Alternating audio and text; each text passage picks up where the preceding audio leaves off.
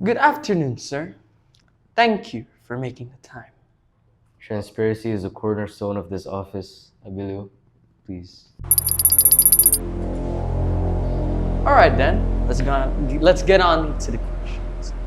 In your opinion, how would you define impunity, particularly in the states of law and governance?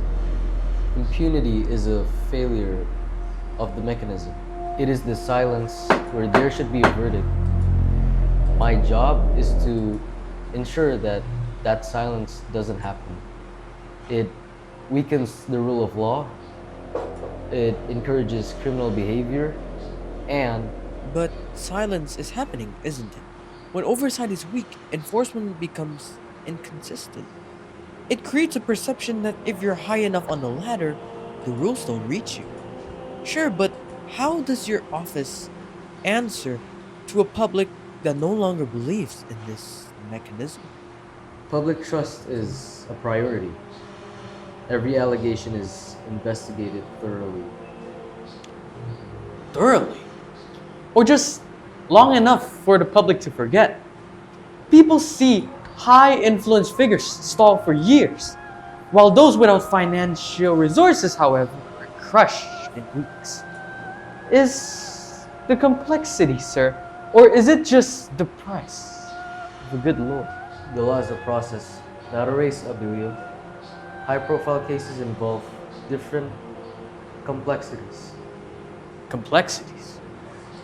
That's a very clean word for loopholes. Follow the codes provided to us.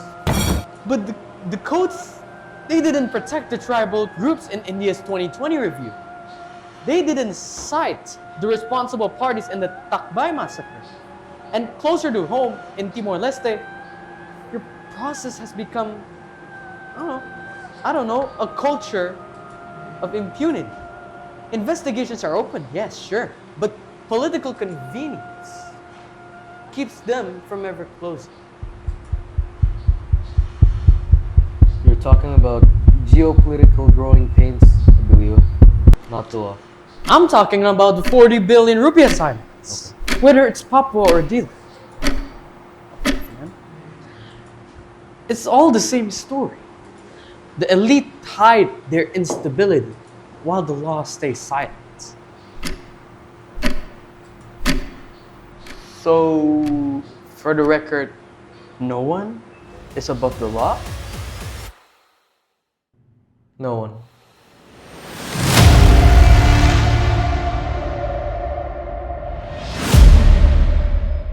If we rush accusations without verified evidence, we risk destroying innocent reputations. The law must protect the accused as well as the victim.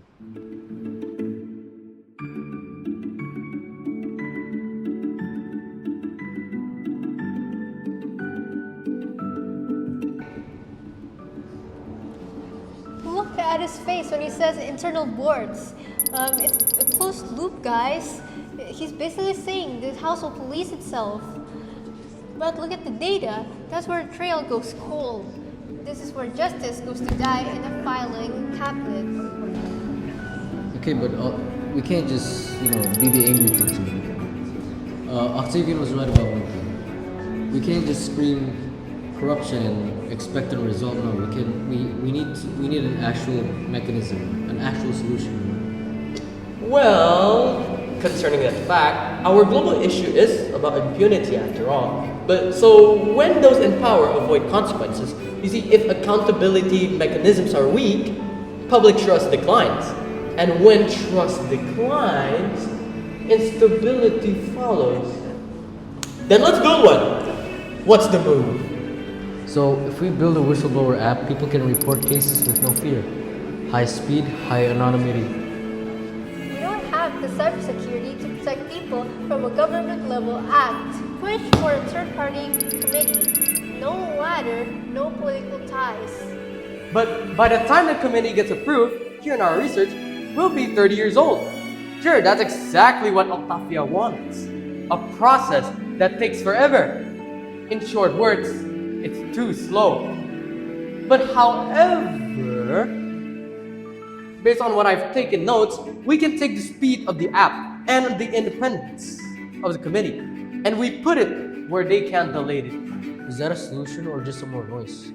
We need something that actually forces a change up here. Well, it's the only way to build a table like they didn't invite us to.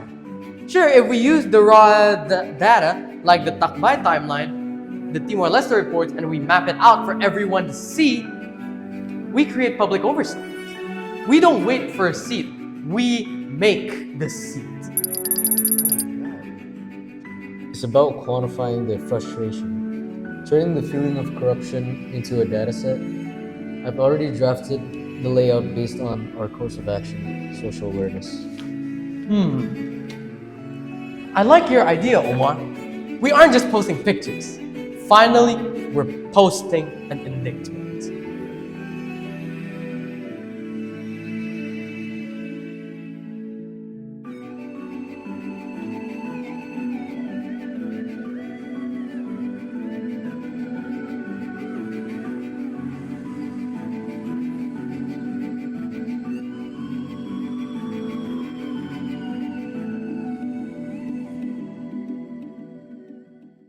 Whether it's the India human rights failure stated by the Universal Periodic Review, which raised concerns about institutional accountability during civil unrest, or the Takbay massacre that happened in Thailand, the root remains the same.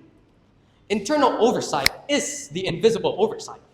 As a real example, 85.9% of respondents in our survey believe that everyone, including leaders, is punished equally under the law.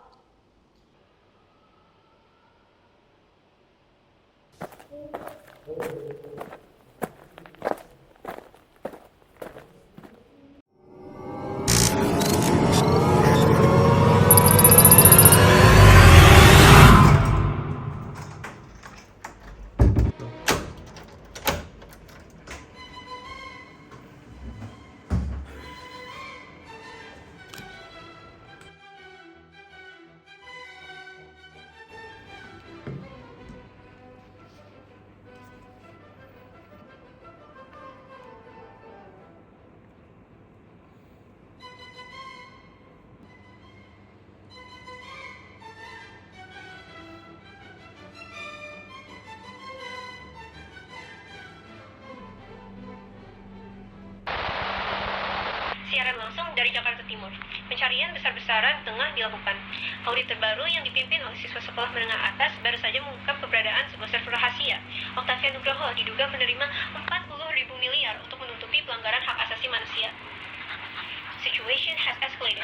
Protesters have breached the perimeter. High-altitude helicopters are surrounding the residence. Abilio, the audit is out. The 40 billion is linked directly to the law firm of Nugroho. What is your response to the man who sat across from you?